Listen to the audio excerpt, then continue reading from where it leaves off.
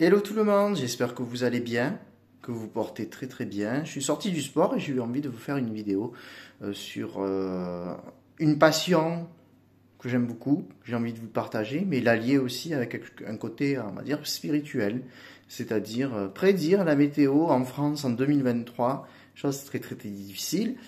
Et on va voir ensemble comment ça va se passer au niveau météorologique pour cette année qui va venir dans l'Hexagone. Donc ce qu'il faut savoir, c'est que...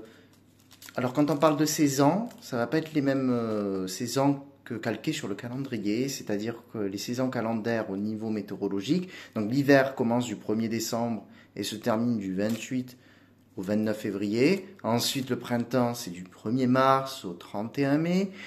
L'été du 1er juin au 31 août, etc. Si vous avez compris, en fait, c'est calqué sur un autre calendrier.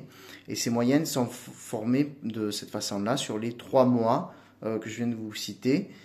Et ce qui va se passer en 2023, c'est qu'on va avoir une année... Donc pour moi, 2022 ne sera pas l'année la plus sèche, c'est pas non plus la plus ensoleillée, mais on tend vers quelque chose qui était inquiétant en soi, puisque c'est plus la douceur qui a prédominé qu'autre chose. C'est comme ça ces dernières années. Écoutez, on est de plus en plus nombreux en Europe, on est de plus en plus nombreux en France, la population ne cesse de s'accroître et au-delà d'être un corps humain, vous êtes une âme, vous êtes une conscience, mais vous êtes surtout une énergie, puisque vous dépensez de l'énergie lorsque vous rentrez dans une salle et qu'il y a beaucoup de personnes autour, vous verrez qu'il fait subitement très chaud dans cette salle, tout simplement, puisque c'est la chaleur humaine, c'est l'énergie. Donc plus il y a d'humains, plus nos activités augmentent, et plus les températures, ça va comme le prix de la baguette, hein, ça augmente. Donc on va voir pour 2023.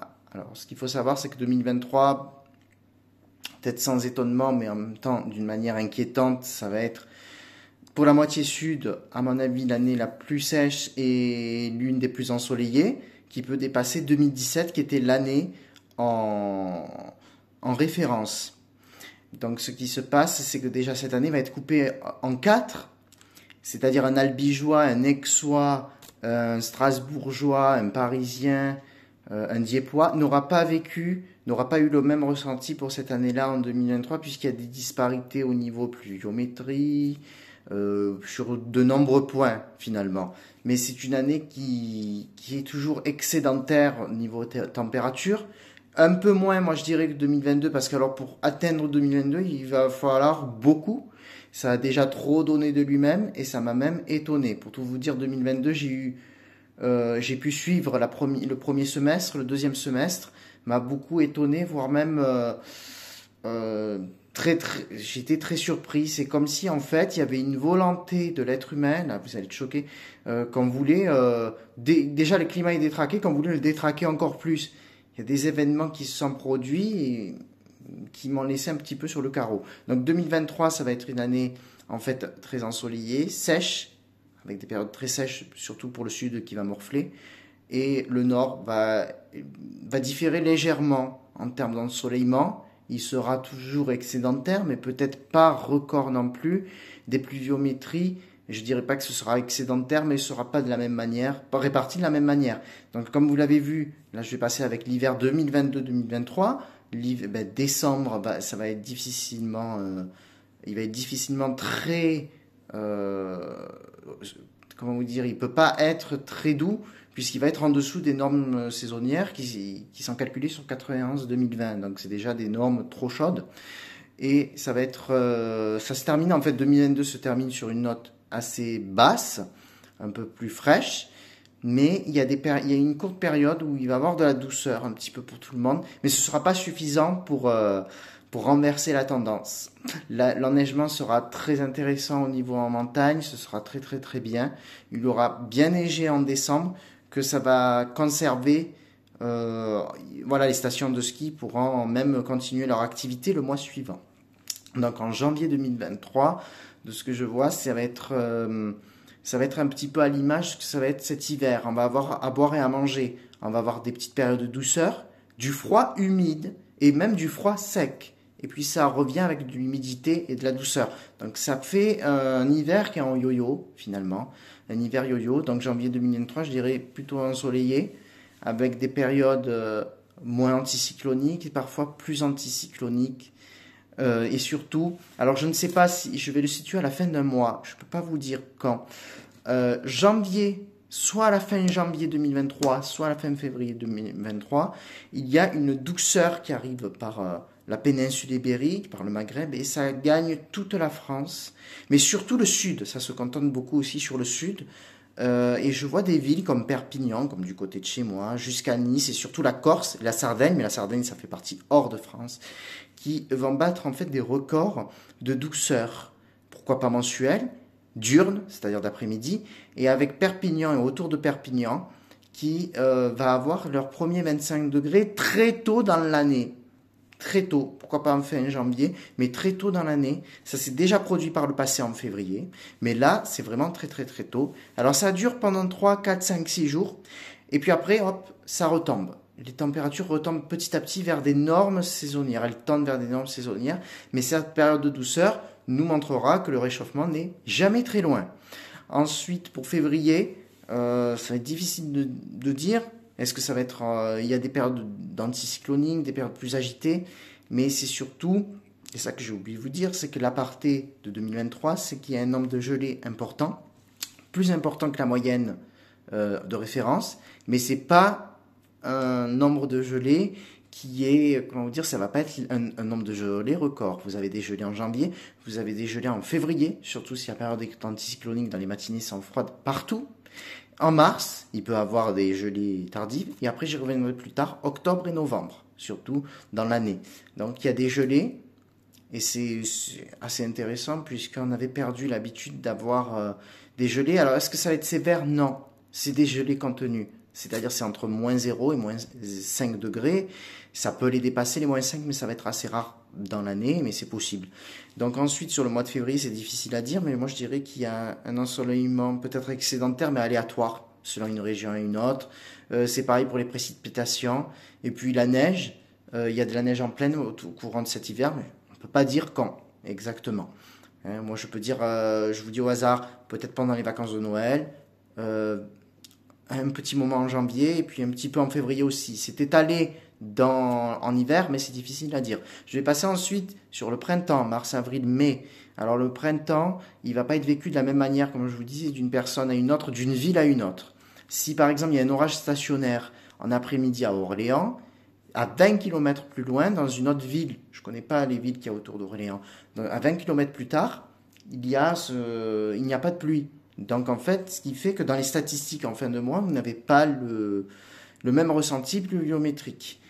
Moi, je pars surtout sur un ensoleillement excédentaire, des températures encore très douces pour ce printemps 2023, qui finalement va faire course de peloton après 2011, 2020, 2022, 2023 pour être entre le top 3 et le top 7 des étés les plus doux, enfin les plus chauds, mais surtout très secs et ensoleillés. C'est surtout ça, avec quelque chose qui est excédentaire, donc qui peut être problématique pour la végétation, puisqu'elle ne reçoit pas assez d'eau, et que surtout il y aura eu des gelées tardifs en mars si la nuit est étoilée, si les nuits sont étoilées. Donc c'est une tendance, voilà, printemps 2023, il faut retenir du soleil, de la chaleur précoce, de la sécheresse. En ce qui concerne l'été 2023, ça va être particulier parce que ce qui s'est passé en fait en 2022, je le pensais en 2023, donc je ne sais plus quoi dire. Moi, je vous dis vraiment au pif, entre juin, juillet, août, il y a des périodes de chaleur qui n'arrêtent pas, sans cesse. Ce qu'il y a, c'est que ça va être un peu en dessous quand même que 2022. Ça va être difficile d'atteindre l'été 2022 en termes de record de chaleur. Mais il y a un ressenti en fait en France. Mais là, je vous dis, comme c'est difficile, je vous le dis un peu. Ce qui me vient, voilà, à l'esprit, c'est qu'une moitié nord reste dans les nuages et a une sensation d'été mi-figue, mi-raisin, et ensuite la moitié sud, elle, est dans la chaleur, la sécheresse. Les incendies, c'est la problématique de l'été, je ne peux pas vous dire. La seule chose qui est, entre guillemets, une bonne nouvelle, c'est que la surface incendiée par rapport à 2022 est moindre, elle a baissé. Mais je ne peux pas vous dire si c'est plus ou moins, ça c'est plus difficile à dire. Mais ce qu'il faut retenir de cet été, c'est que déjà en juin, moi je vois 2-3 périodes de chaleur, de forte chaleur, avec un petit glissement de fraîcheur. Mais ça, je vous dis vraiment au hasard. Juillet et août devraient se ressembler à peu près, mais ce qu'il faut retenir, c'est que en juillet, moi je le visualise en fin juillet, mais ça peut se faire entre le 20 juillet et le 6 août. Il y a une vague de chaleur qui arrive, pareil, par le Maghreb et qui vraiment est problématique. Ben, c'est du côté de chez moi en fait, ça va être les Bouches-du-Rhône, le Var, le Gard, et ça remonte jusqu'à la Drôme, mais c'est surtout les Bouches-du-Rhône qui vont morfler avec une chaleur extra énorme, avec des 40 degrés dépassés sur 3-4 jours, peut-être plus, et des 42, 43 degrés, 44 degrés. Alors ce qu'il faut savoir du côté de chez moi, la station de référence est Marignane. Marignane, c'est là où il y a l'aéroport, je connais bien par rapport à l'aéroport, et ce n'est pas une référence du climat marseillais. Ce n'est pas le climat de Marseille, donc c'est à 20 km au nord-ouest de Marseille. Les températures ne sont pas les mêmes. Ce qu'il faut savoir, c'est que c'est la seule commune des Bouches-du-Rhône qui fait ses relevés depuis les années 20 et qui n'a jamais dépassé les 40 degrés, en tout cas depuis les années 20, 1920. Donc là, c'est curieux, toutes les Bouches-du-Rhône a déjà eu ces 40 degrés, Marseille dans les années 80, et les autres villes, c'était en juin 2019 où il y a eu cette bouffée de chaleur éphémère qui a donné des 43-44 degrés, c'était suffocant. Là, c'est pareil, c'est-à-dire qu'en fait, la ville de Marignane va connaître pour la première fois ces 40 degrés, 42, 43 degrés, peut-être même malheureusement au sein du nord des Bouches-du-Rhône ou un peu plus loin, un 47 degrés, c'est-à-dire la valeur de 46 degrés qui existe depuis 4 ans peut être dépassée de peu. Ça, c'est très gênant. Et ensuite, ça retombe, mais il fait toujours trop chaud. Donc moi, l'été 2023 s'inscrit dans un été très chaud, sec, problématique dans le sud, dans le nord, point d'interrogation, je ne sais pas. Je ne sais pas, je dirais que dans le nord, c'est légèrement gâché. Je ne sais pas. Et là, ma probabilité sur l'été 2023 est très difficile, très difficile. Mais dont je suis certain, c'est l'automne 2023. L'automne 2023 va être à peu près uniforme dans toute la France. Et c'est un automne qui va rejoindre 2017 en termes de sécheresse et d'ensoleillement. Ensoleillement record, et il ne pleuvra pas. Il ne sera pas le même automne qu'on a eu sur les 2 années précédentes, qu'il y a eu en 2022, 2021, 2019, où dans le sud surtout c'était pluvieux et gris. Là non, on a quelque chose de très ensoleillé et de très sec. Donc septembre 2023 va débuter d'une manière un peu bizarre. Il y a des périodes de douceur, de sécheresse, de beau temps. Ensuite, il y a de la pluie et c'est vers la fin du mois de septembre où ça va être encore plus intéressant. La chaleur en fait se renforce. Donc ce qu'il faut savoir, c'est que le mois de septembre 2022 a été particulier et atypique. Il a été marqué par une première quinzaine trop douce et une seconde quinzaine trop froide. Pour moi, c'était tout le mois qui devait être froid. Alors là, c'était particulier. Ça n'existe pas. Un mois de septembre qui était partagé en deux comme ça n'existe pas. Il existe des capitales européennes qui font, j'ai déjà vu, des relevés depuis le XVIIIe siècle et qui sont des relevés fiables. Le mois de septembre est constant. Le mois de septembre, il est soit bon, soit mauvais. Il vous fait beau tout le mois, comme il y a eu de belles brochettes de beaux mois de septembre ces dernières années, ou des mois de septembre pourris. Il y a eu 2017, il y a eu 2001 aussi, et le milieu des années 90. Donc là, c'est un mois de septembre qui fluctue. Et ce que je vais vous dire comme vision, c'est une vision que j'ai eue depuis très longtemps. Mais que je préfère pas changer cette version-là, parce qu'elle est pour moi quelque chose que j'ai reçu, une information spirituelle qui... je ne changerai pas de version, c'est-à-dire à partir de la fin septembre, ça commence par le sud-ouest vers le 23 septembre, ça gagne la France petit à petit vers le 26 septembre, il va avoir en fait une période anticyclonique, chaude, et de jours en fait très beaux et très chauds et d'une chaleur tardive et inquiétante. C'était un petit peu ce qu'on a eu en octobre 2022, mais un bis repetitum avec une petite nuance en fait. Je vais vous expliquer pourquoi il y a une différence entre octobre 2022 et 2023, même s'ils se ressemblent. Donc si vous n'avez pas eu le temps de prendre vos congés en juillet-août, vous pouvez les prendre en septembre, fin septembre, octobre 2023. Donc en fait, c'est une douceur, une chaleur qui arrive avec une période de blocage. Il fait beau tout le temps, entre le 26 septembre et le 20 octobre en France. C'est la ville d'Albi et autour d'Albi qui va battre des records de continuité en fait des 30 degrés quotidiens, 30, 32, 33, 34, en frôlant même les 35 degrés à certains endroits du sud-ouest.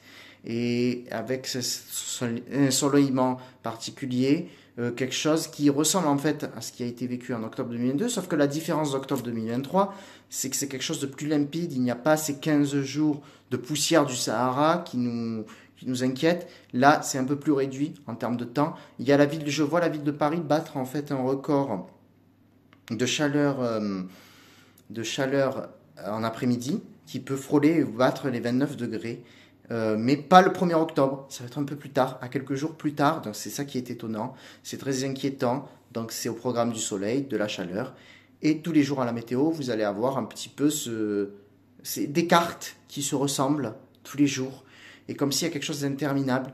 Et en fait, ce qui se passe à la différence d'octobre 2020 avec octobre 2022, alors ce qu'il faut savoir c'est qu'octobre 2023, on va vous faire une comparaison avec octobre 1921, qui était l'ovni climatique à l'époque, avec cette période de chaleur, de douceur, qui continuait sans cesse. Alors ce qu'il faut savoir, c'est que octobre 2023 pouvait s'inscrire dans l'un des plus chauds, sauf qu'à partir du 20 octobre, et peut-être même 19 octobre, il y a une salve d'air froide qui arrive par la Scandinavie et qui baisse ensuite des températures. Ça commence par la Manche, le nord de la France, Paris, et ensuite ça envahit toute la France le 23 octobre. Donc, dans Provence, vous allez avoir les derniers 25 degrés le troisième dimanche d'octobre, comme il y a eu en fait l'emballement climatique du 3e octobre de cette année, là, en 2022, où on a eu quand même 29 degrés à l'aéroport de Marignane. Fin octobre, c'est quand même très très inquiétant. La différence, c'est que la dernière décade, c'est-à-dire du 20 au 30 octobre, les températures baissent. Et du 23 au 31 octobre, tout le monde est concerné par cette baisse. On va passer de l'été à l'hiver. Le nord perd 7 degrés, le sud même 12 degrés en après-midi, du jour au lendemain. Et alors là, ça va être du verglas, de la glace, de la neige en montagne et du froid qui s'engouffre dans la vallée du Rhône un petit peu partout. Des températures qui sont très basses, qui fait penser en fait à un hiver qui est précoce. Mais ça s'estompe petit à petit à l'arrivée du mois de novembre. Et ça va être particulier puisque finalement octobre 2023 va être celui qui va être très ensoleillé, qui va être relativement, je dis bien, à peu près sec, même s'il y a dans certains endroits un rattrapage à la dernière décade, mais ça se casse à la figure.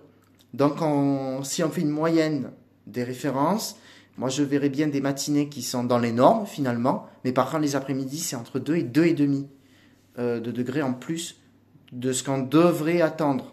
Donc ça reste déjà quelque chose de très chaud. Et c'est une problématique, puisque les mois d'octobre ces dernières années, des fois je me dis qu'au niveau du climat, il y a une confusion entre août et octobre. Oui, Oct, c'est le 8e mois de l'année, auparavant dans un autre calendrier, mais ce n'est pas le calendrier actuel. Donc je me demande voilà, s'il y a eu une confusion de la part de Dame Nature.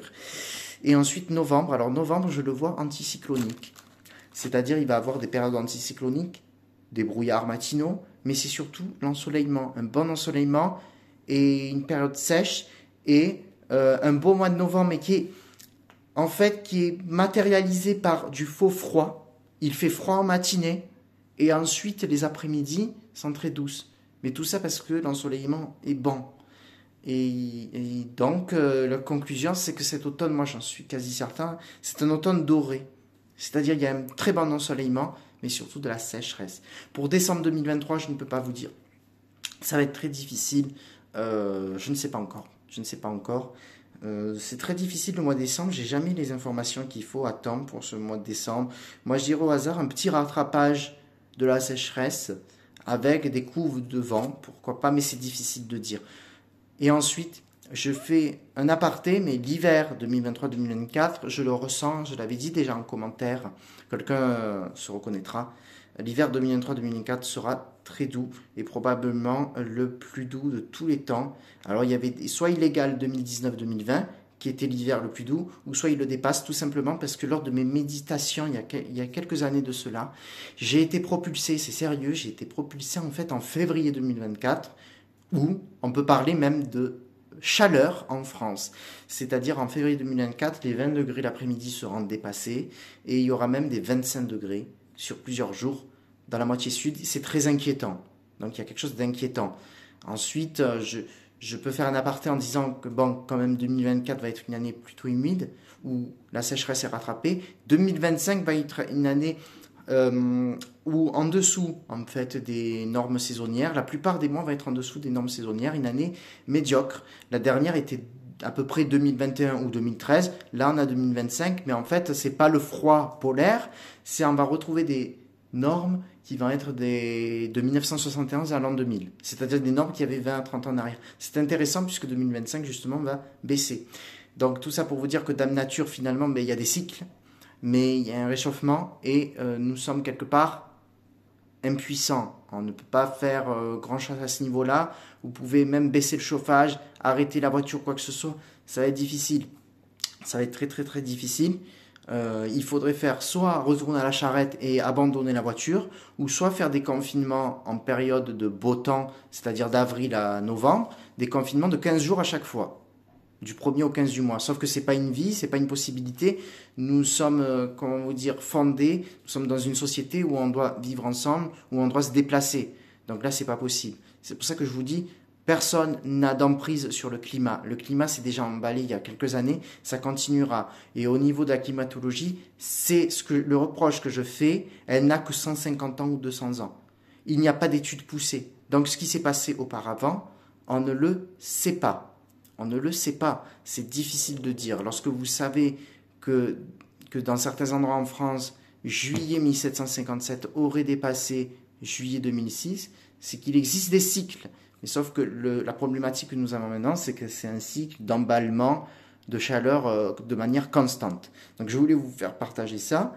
Et ce qu'il faut savoir, c'est que j'ai utilisé quasiment très peu de tirage pour ça. Depuis tout petit, je suis passionné de météorologie. Je pourrais même présenter la météo mieux qu'un présentateur de météo, puisque j'avais même le vocabulaire météorologique. C'est ça qui est un mystère. Mais ce qu'il y a surtout, en grandissant, je me suis rendu compte que je pouvais capter des informations venant de quelque part. C'est comme si, en fait, il y avait des guides autour de moi qui me disent des choses au niveau météorologique qui sont valables pour la France, pour l'Europe ou pour le lieu où je vis, et qu'ensuite, moi, je vous retransmets le message. Donc, je le fais sérieusement. Donc, ensuite, il y a des petites astuces aussi. Je fais un petit aparté, des petites astuces en météorologie.